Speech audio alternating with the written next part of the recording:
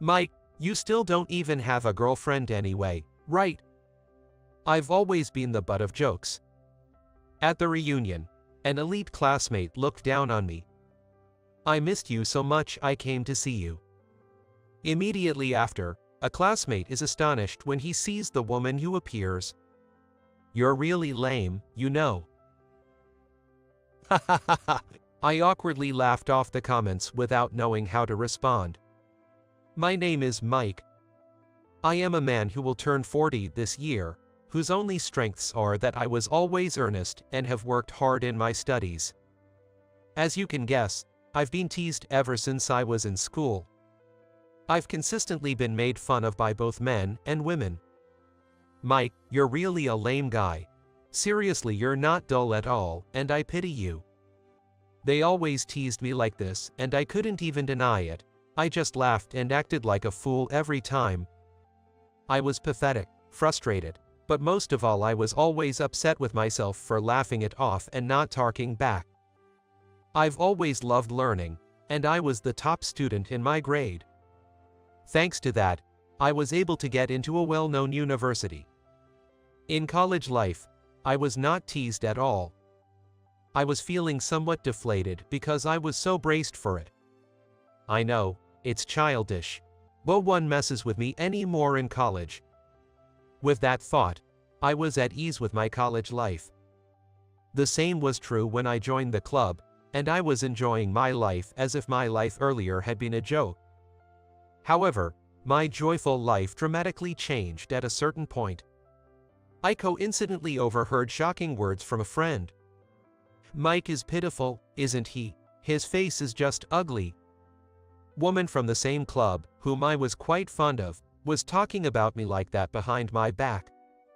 I was on the verge of becoming distrustful of people. Moreover, in the club, that woman acted as if nothing had changed, smiling and interacting with me, which only hurt me more. I couldn't take it anymore and quit the club to immerse myself in my studies. If I focused on my studies, I didn't have to think about the things I didn't want to think about, and no one would ever bother me. And so, I graduated from university with excellent grades and was able to get a job at a major company. I was assigned to the IT department, where I rarely have to interact with others, as I had hoped. Every day was about maintenance and troubleshooting. Since I was dealing with machines, there were no weird anxieties, so I felt secure. It was my ideal job. Though I tried to avoid interacting with people as much as possible, conversations were essential for work-related communications and understanding the surrounding situation. I was scared to talk to other people, and each time I did, I got a weird reaction, but it was a lot better than when I was a student. And then, a few years later, I learned about a new female employee in another department, named Laura Lauren. My colleagues were amazed by her appearance, because she was an incredibly beautiful woman. When I happened to pass by and saw her, I was not only surprised by her beauty but also felt envious. This company hires based on academic performance. Moreover, she was in the administrative sales department. Unlike me, she seemed to excel at communication, as she was always surrounded by people. Laura is quite pretty, isn't she? And she's great at her job too, truly a perfect person. I wondered if I could have led a shining life like hers if I had her looks and communication skills. What's that? One day on my way to work, I found a wallet on the side of the road. The wallet looked quite pretty, probably belonging to a woman. It was a bit out of my way, but I decided to take it to the nearby police station. "Please take this with you," said the officer, handing me a found property receipt. Holding this meant that if the owner didn't show up within a certain period, the wallet's ownership would transfer to me. Checking my phone, I realized I was running late for work due to the time spent at the police station. Wait, I'm going to be late. Oh no. In my rush to leave the station, I bumped into a woman trying to enter. The woman who bumped into me fell on her butt. Despite my hurry, I blamed myself for not being careful enough and causing trouble to someone else. Trying to do a good deed, only to end up complicating my own life. It felt like my life was a perfect example of clumsiness. "I'm so sorry. Are you okay?" I asked the woman who had fallen. "I'm sorry too. I was in a hurry." When I offered my hand, she took it, and I gently helped her up. And when I saw her turn to me, I froze for a moment. The woman I had bumped into was Laura. Hurting such a beautiful woman made me feel down, but I first needed to make sure she wasn't injured. "I'm terribly sorry for bumping into you. Are you hurt?" "I'm fine. I just lost my balance. I was in a panic because I lost my wallet." "Your wallet?" I explained about the wallet I had found earlier. Her face lit up instantly. "That's my wallet." The wallet I found was safely returned to her hands. Although we both hurried to our workplace, we ended up being late. "I'm sorry, I was late because I had to drop off a found wallet at the police station." "All right, just this once, okay?" After explaining the situation to my boss, I was relieved to be let off the hook. At lunchtime, as I was heading out, I saw Laura standing at the entrance, waving at me. She's looking over at me and waving her hand, and I quietly turn around to check behind me. There was no one behind me. She's waving at me, right? As I nervously approached Laura, she greeted me with a bright smile. "I want to thank you for this morning by treating you to lunch." "Oh, no, that's okay, don't worry about it." No matter how much she appreciated it, I was never comfortable getting a woman younger than me to treat me. I still felt like I'd rather treat her. "Mike, you're my hero for finding my treasure. This wallet contains a photo of my late mother." She shared that she lost her mother to illness at a young age and was raised by her father alone. Her mother had always lived in the hospital, but a photo she kept in her wallet was the only one of her mother looking healthy and smiling brightly in the park, making it her treasure. If it's a treasure, you might say I should keep it at home, but I just can't bear to part with it. I need it with me all the time. As I listened to her story, my mind was racing. Having heard such a story from her, I felt compelled to offer some kind words of comfort. However, as someone who has hardly ever spoken to women, I wondered what I could say that would be appropriate without making things worse. "I don't know what to say, it's just too sad." After much thought, I decided to be honest and express exactly how I felt. After speaking, I internally chastised myself for not being able to say anything more insightful. I may not be able to talk to anybody in the future if the beautiful woman looks at me coldly. Apprehensively, I checked her expression.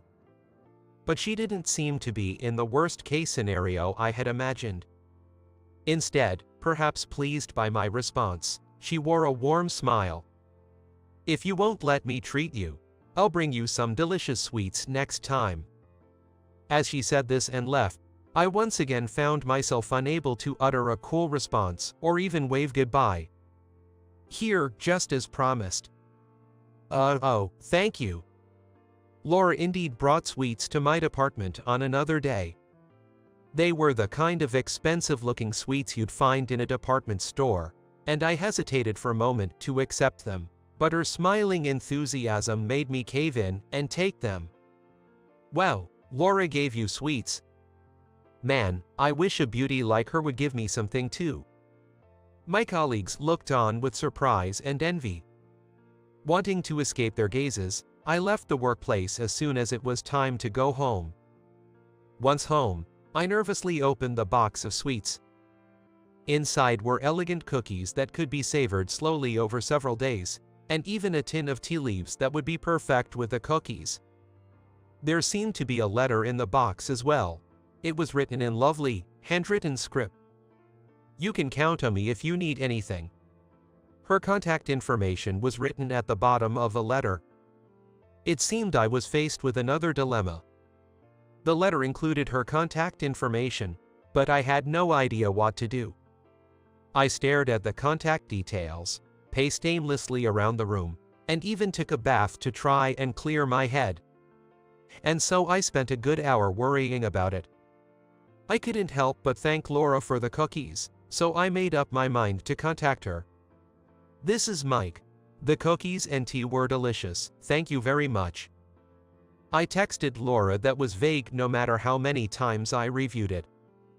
As soon as I texted, a ringtone rang from my phone indicating a reply from her, and in my panic, I took a breath and slowly peeked at my phone.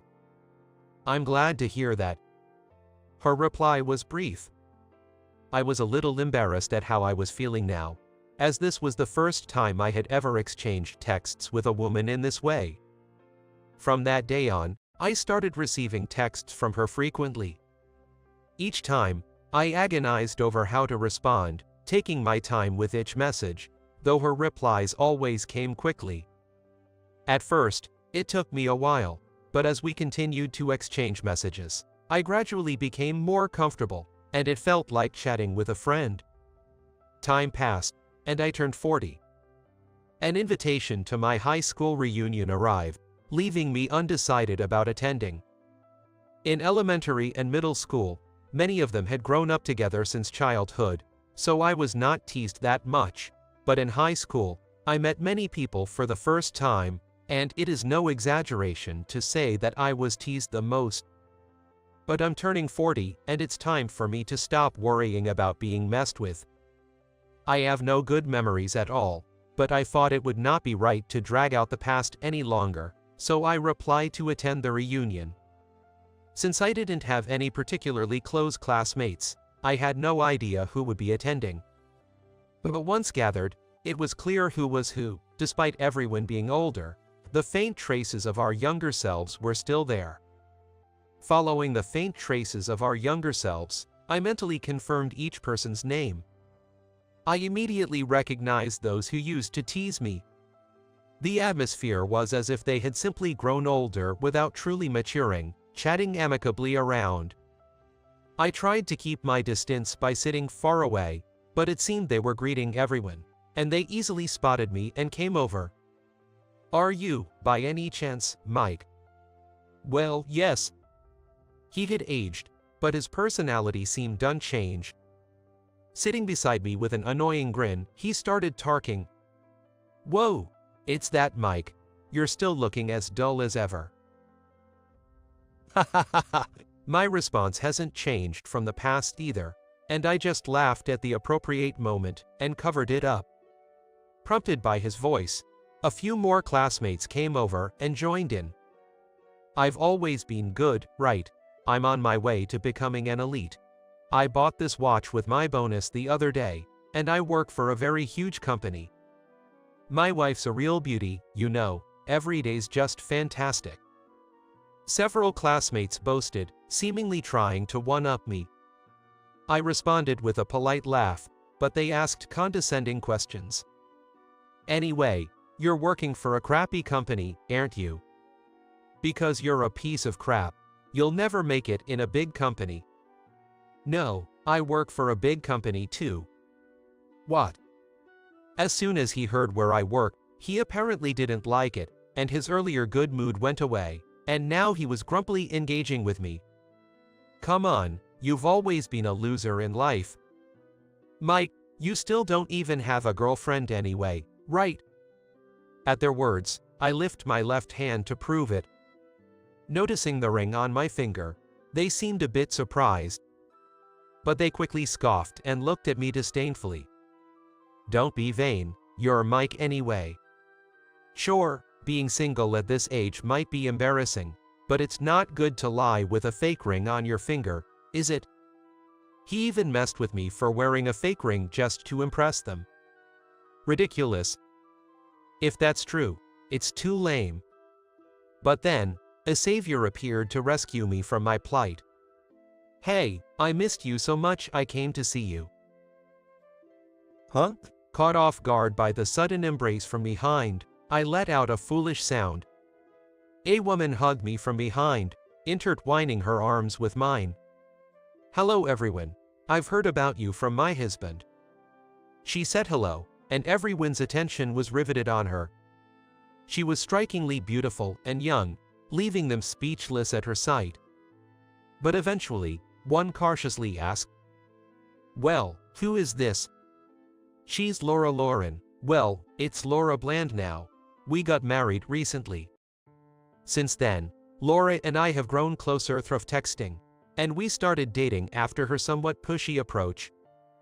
I was indecisive even about where to go on dates, but her excellent communication skills always helped us find places we'd both enjoy. I have shown her all the pathetic aspects of me, but she was not appalled by this kind of me and stayed with me for a long time. At first I had a hard time coping with the fact that everything was new to me, but as I got to know her, I began to see her as an irreplaceable and precious person. If we were to get married, I'd change my last name. What? I panicked, having made a proposal that I had not intended at all. As I was floundering around thinking about how I could somehow make the proposal even cooler, Laura grabbed my hand to calm me down. "I love your down-to-earth nature."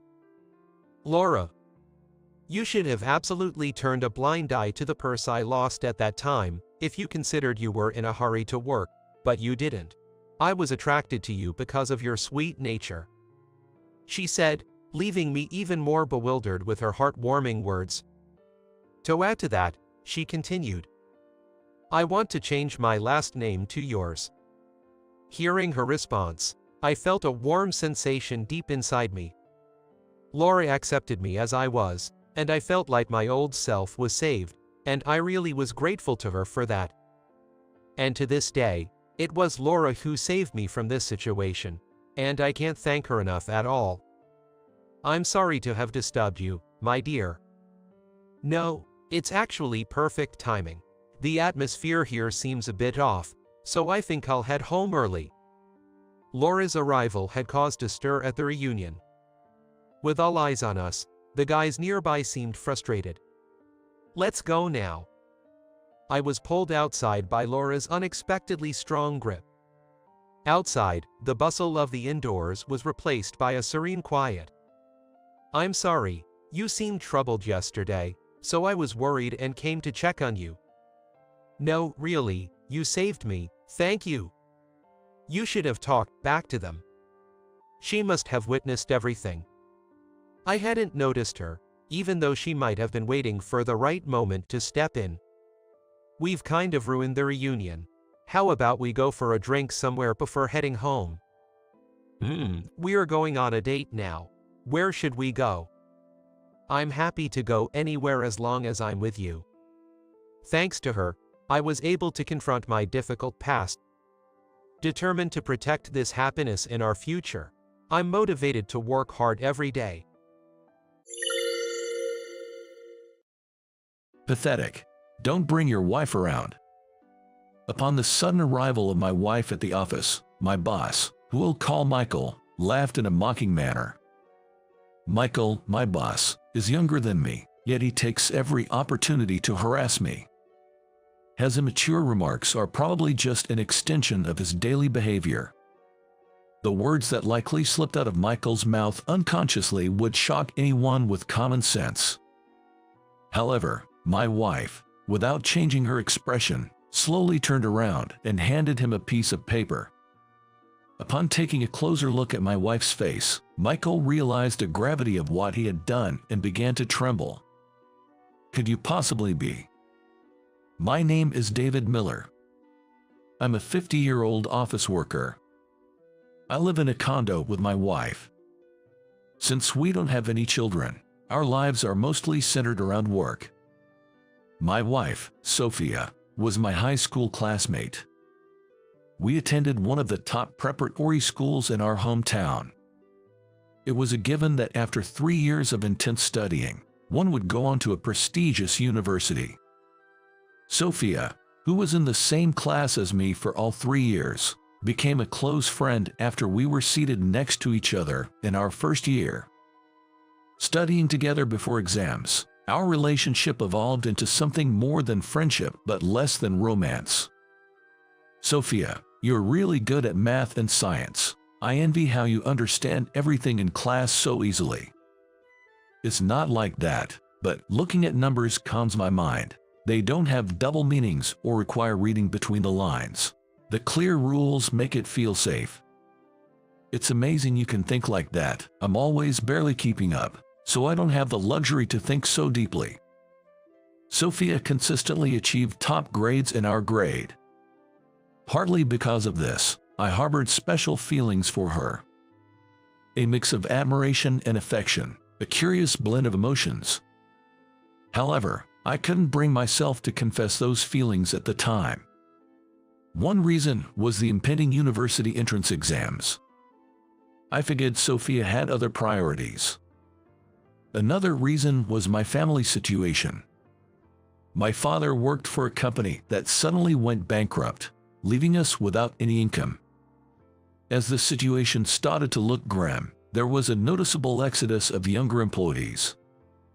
To compensate for the vacancies, my father began to work incessantly, giving up his days off.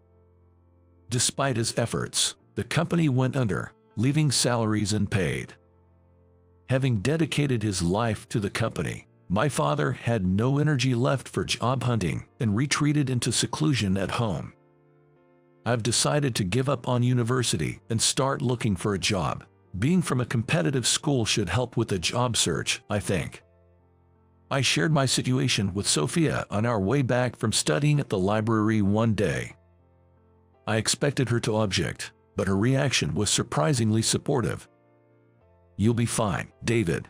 Choosing a different path can be a chance in its own right. You'll likely catch the attention of many companies." True to Sophia's prediction, I received several job offers. In the end, I chose to work for a food manufacturing company. The deciding factor was the salary. Although it was commission-based, it offered the highest pay, especially given the field work involved in the sales position. With my father unable to work, it was up to me to support my family. My younger sister wanted to go to college. Therefore, I needed to save up for her tuition as well.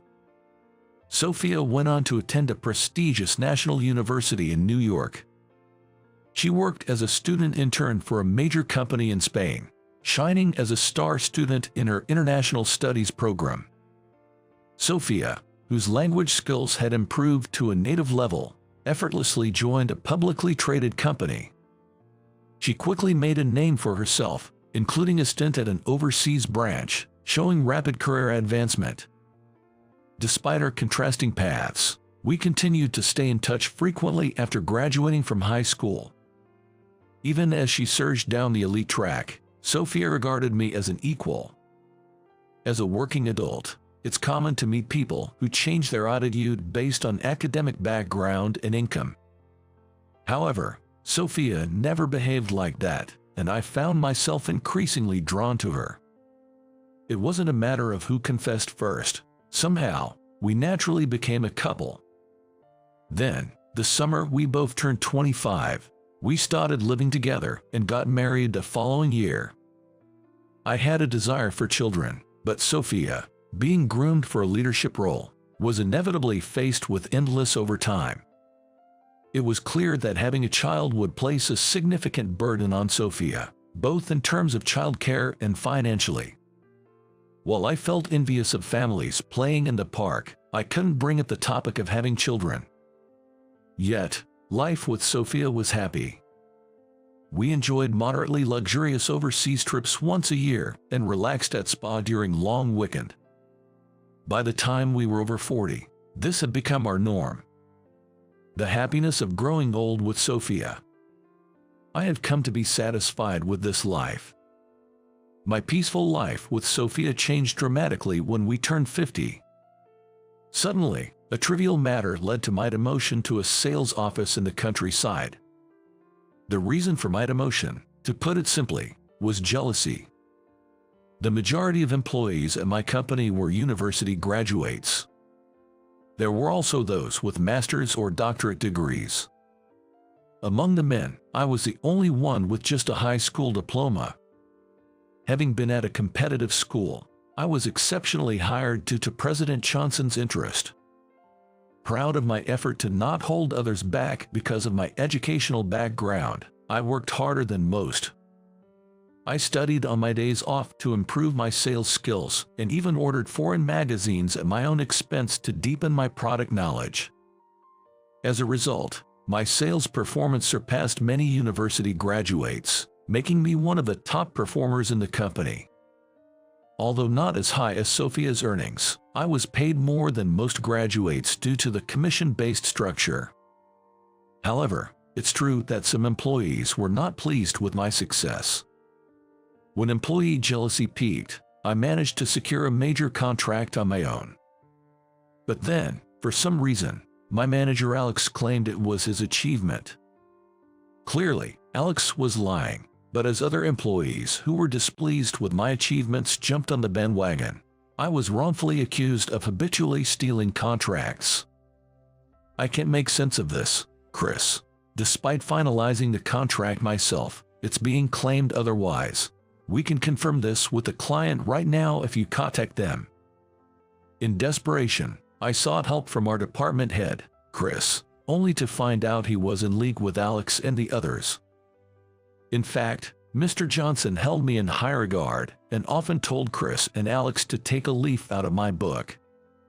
He even mentioned considering promoting me to department head if others couldn't produce results on their own.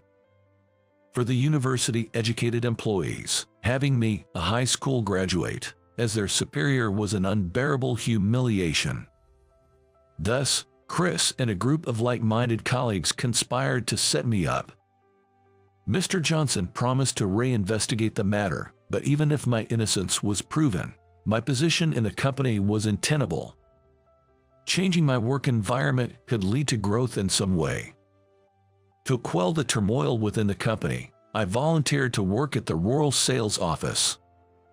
This marked a significant decision and change in my life at the age of 50. It's unbelievable that you've worked so hard only to be treated like this. You shouldn't have to suffer for something you didn't do. You can't just run away. You have to fight this to the end. Sophia, who has always been strong-willed and outspoken since high school, expressed her indignation. In contrast, I prefer to withdraw from messy situations rather than getting entangled. Once the flames of human jealousy are ignited, they seldom die down. That's why I felt contending with Chris and Alex was a waste of time. This is my issue, and Sophia, you have important work. I don't know how long it will take, but I'll go alone. I conveyed my decision to go on a solo assignment, prepared for the possibility of separating from Sophia. However, Sophia's reaction was unexpected. She proposed an optimistic alternative. This could be an opportunity. We're in the era of remote work. As long as I have my computer and internet, I can work from anywhere.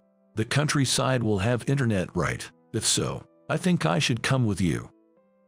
Sophia, who dislikes dishonesty in others and always stands by her principles, was ready to make the move for herself, not just for me. You don't need to go to such lengths for me, Sophia. I think I can come back on weekend and we can spend time together then. That's not it. It's not for you. It's for me. I'll adjust my work approach, so don't worry. Just focus on your own issues. So we left a condo as a base for Sophia's business trips and moved into a small apartment together. Our new apartment wasn't spacious and we left most of our belongings in the condo. Despite my concerns, the space was more than adequate. It feels like a return to basics. It's refreshing in a way. Right? It reminds me of our early days as working adults. I had worried Sophia might dislike the smaller space since we were used to living more comfortably, but she seemed to enjoy the change. Sophia, thank you for coming with me. When I learned about the transfer, I was honestly downcast, but being away from those difficult people has been refreshing. I'm ready to make a fresh start and give it my all. Don't worry about it. Focusing solely on work was becoming monotonous anyway. The change of environment has invigorated me too. I have a feeling that this will lead to something good. Sophia had upgraded to a high-performance computer in preparation for her predominantly remote work. Sophia has the ability to work from anywhere. Her brilliance remains the same, whether in the city or the countryside. I felt envious of the freedom her exceptional skills afforded her. My new boss is a man 18 years younger than me. His name is Michael, and he's the branch manager. I learned from Olivia, a seasoned part-timer, that Michael initially worked at the headquarters but was somehow transferred to this branch and became the manager. I was looking forward to the new guy, but a high school grad and a 50-year-old regular employee. That's seriously bad. Were you pushed out because you lacked the skills? It's not like that. Despite being in the countryside, he graduated from a national university. In a rural setting, that degree was more than enough to boast about. There wasn't the slightest hint of a welcoming attitude. Not knowing how to respond, I fell silent. Upon learning that I was a high school graduate, Michael began to bring up university-related topics for no reason. It was clearly an attempt to belittle me. He seemed pleased with my silence. Though young for a branch manager, Michael's competence was often mistaken. In reality, he was the opposite. His behavior changed with his mood, which was a daily occurrence. Being called whimsical might sound cute, but whenever Olivia or I pointed out inconsistencies, Michael would suddenly get in a foul mood and start yelling. He would hold on to those issues, repeatedly bringing them up, so it became our job as subordinates to smooth things over without getting caught. In such an environment, it's natural for capable employees to flee. As a result, our branch's performance was the absolute worst among all the branches nationwide. Every day was a whirlwind of dealing with the boss's irrational behavior. My motivation was steadily chipped away. Sophia became my source of solace amidst the mental exhaustion. Though we were both busy with work during the week, the countryside offered unique spots, and we began to enjoy fishing and hikings over the weekend. Since graduating from university, Sophia had always been at the forefront of her company's efforts. Though she always appeared motivated, she must have been accumulating fatigue as well. The rural setting brought a change in Sophia's spirit. Conversation slowed, and the rush around the house decreased. Perhaps as a result, her facial expression softened. On our days off, Sophia and I enjoyed fishing by a river, about an hour's drive away. We usually avoided work topics on days off, but I was frustrated that day. It's so irritating. It's just Michael and me at the branch, so we can't really argue. Olivia's nice, though. Why not just quit? We don't have kids, so taking it easy for a while might be nice. That's one way to look at it, but I feel indebted to Mr. Johnson, despite the issues with my boss. I'd like to improve our branch's performance as a way to give back. The fish must not have wanted to hear my complaints. While other anglers were catching fish smoothly, our rods remained still all day. Even the fish are looking down on me. Just as I was about to reel in my line, something soft brushed against my calf. Startled, I looked down to find a tabby cat gazing up at me with big eyes. That gave me a scare. What's a cat doing here? She looks feminine, no ear tipping, so she's probably not a community cat. Even so, it doesn't seem like she has an owner.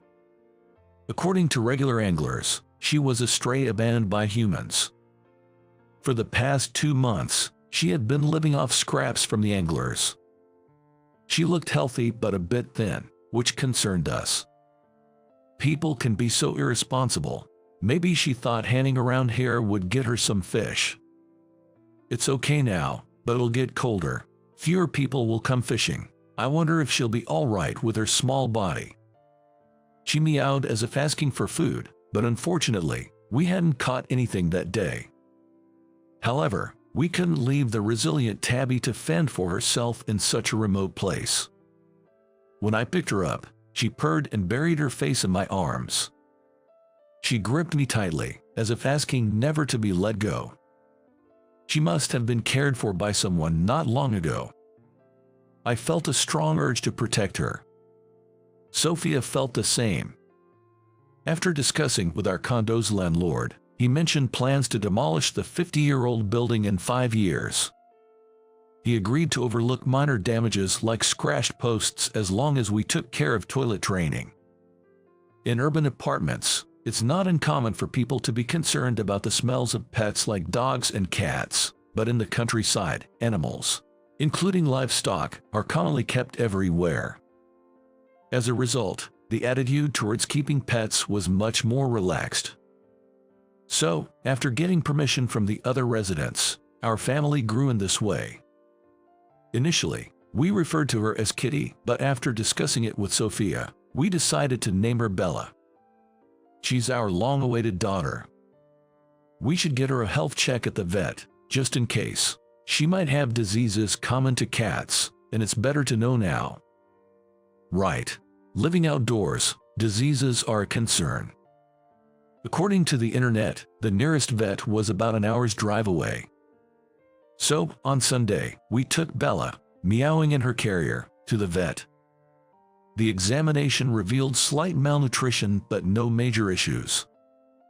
Just to be safe, we got some flea treatment, and after an hour's drive, Bella, Sophia, and I returned home. I'm glad she doesn't have any major illnesses. She's still energetic even after a 2-hour round trip. Everything around her must feel new. She's sniffing around everywhere, probably exploring. Look, she's running over here. Those eyes are definitely begging for food. When we first met Bella, she was a bit thin, but 2 weeks later, she had filled out nicely. Since Sophia works remotely, Bella could wander freely even on weekdays, but our condo felt cramped for an energetic kitten like her. Moreover, when both of us were out, she had to stay in her cage. A detached house would obviously be more comfortable for Bella. However, Sophia and I were hesitant, not knowing how long our countryside living would last. One day, while I was creating documents at my desk at the branch, I heard a familiar voice behind me. Surprised, I turned around to find Sophia. "You surprised me. What are you doing here?" When I spoke up, Sophia showed a playful smile. "Don't look so surprised. I've made an appointment, so it's all right." Hearing Sophia's voice, Olivia hurried over in a panic. "I'm sorry. I forgot to inform Michael that you called. What should I do now? This is troubling." Apparently, right after hanging up the phone, Olivia received a call from the daycare saying her child had come down with a fever and needed to be picked up immediately. In her rush to leave, Olivia completely forgot to pass on Sophia's message to Michael. "Don't worry about it. If it's difficult to find time, we can reschedule for another day." Dressed sharply in a gray suit, Sophia exuded the aura of a capable courier woman. No one would think she was just visiting her husband's workplace. However, there was one person who misinterpreted her presence. "Pathetic. Don't bring your wife around." The voice belonged to Michael, who had just returned from a client visit. He made no effort to hide his disdain for me, as usual. "Come on, David, at your age, it's not right to bring your wife here, and you, ma'am, this is a workplace. Please go home and prepare dinner." Then, for some reason, Sophia turned to Michael and smiled broadly. An unnaturally forced smile. She seemed different from her usual self. Are you Michael? I've always heard so much about you from my husband. Such remarkable abilities you have. It's an honor to meet you here." Sophia, who always insists on using husband instead of master to avoid suggesting any hierarchy, was behaving unusually. She was using words she'd never typically utter in greeting Michael. To me, it felt utterly out of place. Perhaps you're here for a part-time administrative job interview. I'm sorry, but our part-time positions are incredibly popular, and we have absolutely no vacancies at the moment." The part-timers, fed up with Michael's erratic behavior, never stick around long. Currently, Olivia is the only one managing a mountain of work single-handedly. Yet Michael's brazen ability to spout such blatant lies left me almost impressed. What shocked me even more was Sophia's behavior, which was a complete 180 from her usual demeanor. What a shame. I was quite keen on working here, even if it's just once a week. Do you have no openings at all? I wouldn't recommend it. Not to speak ill, but your husband is surprisingly incompetent at his job. I don't know how he acts at home, but I assume it would be quite distressing for you to see him constantly making mistakes and getting scolded. Michael, significantly younger than Sophia, was condescending and overly familiar with her. Moreover, he seemed to have misunderstood Sophia as a housewife seeking employment. Glancing at Olivia, I noticed she was trembling with fear, aware of Sophia's true identity and appalled by Michael's outrageous comments. Sophia, however, looked completely at ease. That's when it hit me. Sophia had a plan in coming here. Her target was likely Michael. Sophia always listened to my complaints.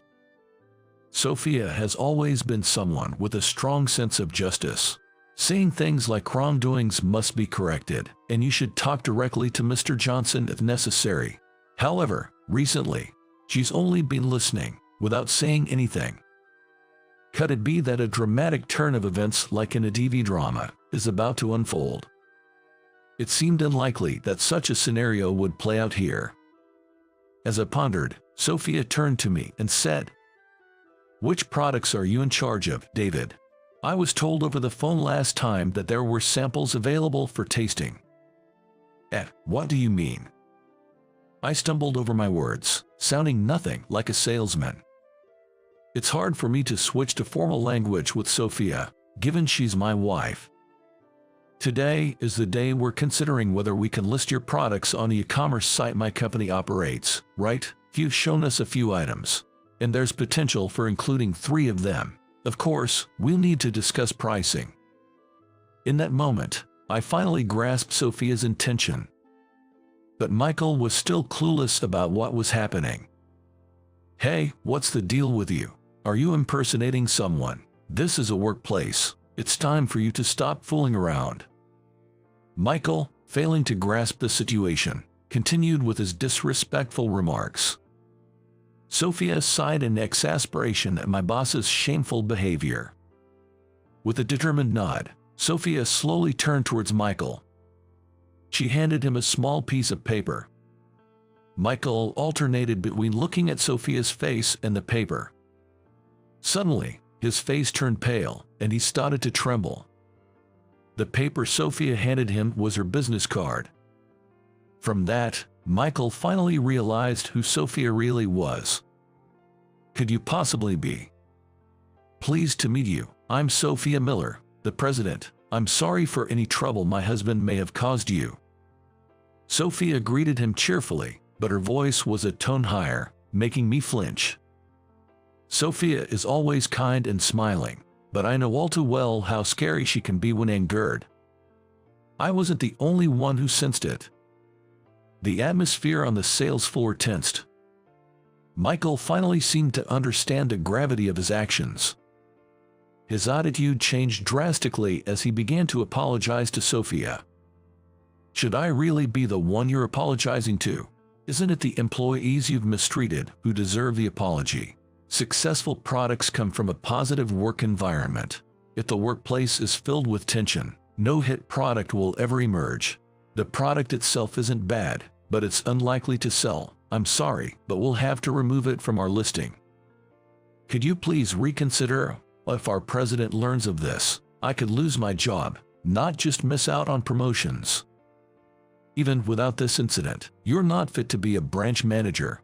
Are you truly acting in your subordinates' best interests as the leader of this branch, or are you just venting your frustrations on them?" After graduating from university, Sophia joined a major IT company. She had always excelled in STEM subjects. Her talent for programming was exceptional. She was also fluent in multiple languages, enabling smooth communication with international staff. From the start, Sophia was tasked with developing an e-commerce site targeted at overseas markets due to high expectations from senior management. The site offered a variety of items, including clothing, daily necessities, and food. But not every company could freely list their products. Sophia's e-commerce venture aims to create an America boom overseas. For this purpose, discerning buyers like Sophia scrutinized the products. Only items that pass multiple levels of review are allowed to be listed. Initially criticized, this approach led to numerous hit products. As these products helped expand overseas sales channels, even major corporations started pitching their products. As the e-commerce site grew, managing it as just a department within the company became challenging. Consequently, the e-commerce operation was spun off as an independent entity, with Sophia becoming the president of the new company. I apologize for not recognizing you, Ms. Miller. It's inexcusable, even though my subordinate forgot to inform me. I don't know how to apologize enough.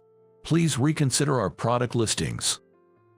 It's disgraceful to push the blame onto your subordinate while being in a managerial position. What I dislike the most is when people change their attitude depending on who they're dealing with. It's truly unfortunate, as I thought to discuss this matter here since I've relocated my base. Please understand that I will inform Mr. Johnson about everything that happened today, and about the part-time job. I'm sorry, but I'm currently too busy to work even once a week. After saying this, Sophia left the branch. Michael slumped into his chair, dazed. Staring blankly at the ceiling until the end of the workday, Michael didn't once stand up. Following Sophia's report, Mr. Johnson initiated a comprehensive investigation not just at branches across the country, but also at subsidiaries and even the headquarters, to ensure no harassment was occurring towards subordinates. The branch I was demoted to underwent particularly thorough scrutiny. As a result, Michael's misuse of his position and inappropriate behavior were revealed one after another. Loud sarcasm, dumping his work on others, forcing weekend work, and making others pay for outings. All of these unprofessional behaviors came to light. Sophia genuinely had an interest in some of the products manufactured by the company, unrelated to it being my workplace. The presence of a nearby branch contributed to her genuine desire to consider a business deal, but she wanted to ensure that Michael would not take credit for it. That was the strategy behind her actions. 6 months later, Sophia and I started discussing Bella, who seemed cramped moving around in her cage. Perhaps she was happier wandering freely as a stray cat. But living outside, you never know what might happen at any time. Don't you think Bella wants to live freely too? I want to make it passable for her to move around without any worries. Yeah, you're right. Plus, if we keep her like this, she might not get enough exercise and become overweight. Having Belle in our home has increased our conversations more than ever before. I think she's hungry, or she seems a bit grumpy today. Sophia and I report every single move and behavior of Bella to each other. We're like a young couple watching over a newborn baby. After thoroughly discussing our future career plans together, we decided to sell the apartment we used to live in and bought a detached house near the office. We prioritized a spacious layout so Bella could run around to her heart's content. This also enabled us to secure a dedicated workspace for Sophia. This setup would allow for hassle-free online meetings. The reason for moving close to the branch was that I took over from Michael and became the new branch manager. At our branch office, there are only 2 employees, the manager and a regular employee. We managed to increase our part-time staff from 1 to 2, but we're still a small but elite team. We focused on properties within cycling distance so we could respond quickly in case of any issues. By that time, Michael had already left the branch. Mr. Johnson personally gave Michael a warning. Mr. Johnson demoted him to a regular employee and appointed me as the manager. However, from that day on, Michael never came to the branch again, and after 2 weeks of unexplained absences, he submitted his resignation. I still vividly remember Michael showing up with his resignation letter. His hair was unkempt, and he had a scruffy beard. His shirt was crumpled and slightly dirty. He must have lost all his motivation after losing all the trust he had built up. Michael seemed barely able to make it to the branch. "Are you okay? Why don't you start from scratch and give it another go? You're still in your 30s. There's plenty of time to turn things around." Worried by his haggard appearance, I tried to encourage Michael, but he just slowly shook his head. His intention to leave was clear. After a long silence, he finally spoke in a voice just loud enough to hear. "I'm done. I'm completely worn out. I went to a private high school that was a feeder for prestigious universities in New York, but I ended up failing and barely made it into a local national university. Of course, being at a national university in the countryside is still considered impressive, but it's nothing compared to my classmates who are in the glamorous world. I thought I could make up for it by getting a job, but I couldn't get along with my boss and was transferred to the branch. I got the title of manager, but it's a small branch in the countryside with just a few subordinates. I'm too embarrassed to even attend reunions." After saying that, Michael lifted his head and declared to no one in particular, "Getting to this point has actually been a relief. There's a reunion coming up, and I plan to declare loudly that I'm unemployed, a complete loafer. Freedom feels great." With that, Michael handed me his resignation letter and left with a determined stride. He mentioned moving within the next week, but I have no idea where he's headed. Michael, now freed from pride and obligations, has embraced his newfound freedom. It fell true to press him for details about his moving plans, so I held back. Sophia also gained her freedom. Leveraging her experience with remote work, she started initiatives to diversify work styles, especially for women, who, despite having high capabilities, often ended up staying at home. By institutionalizing remote work, she's been able to actively scout talented female engineers living in rural areas. As a result, the talent level has skyrocketed. We've managed to expand the business fivefold. As for Sophia and me in our personal lives, it feels like we're truly enjoying life as a couple for the first time. With more time on her hands, Sophia joins me at the dinner table and plays with our pet, Bella. The cat has grown up so fast, I heard their job becomes taking naps. If we're going to play, now's the time.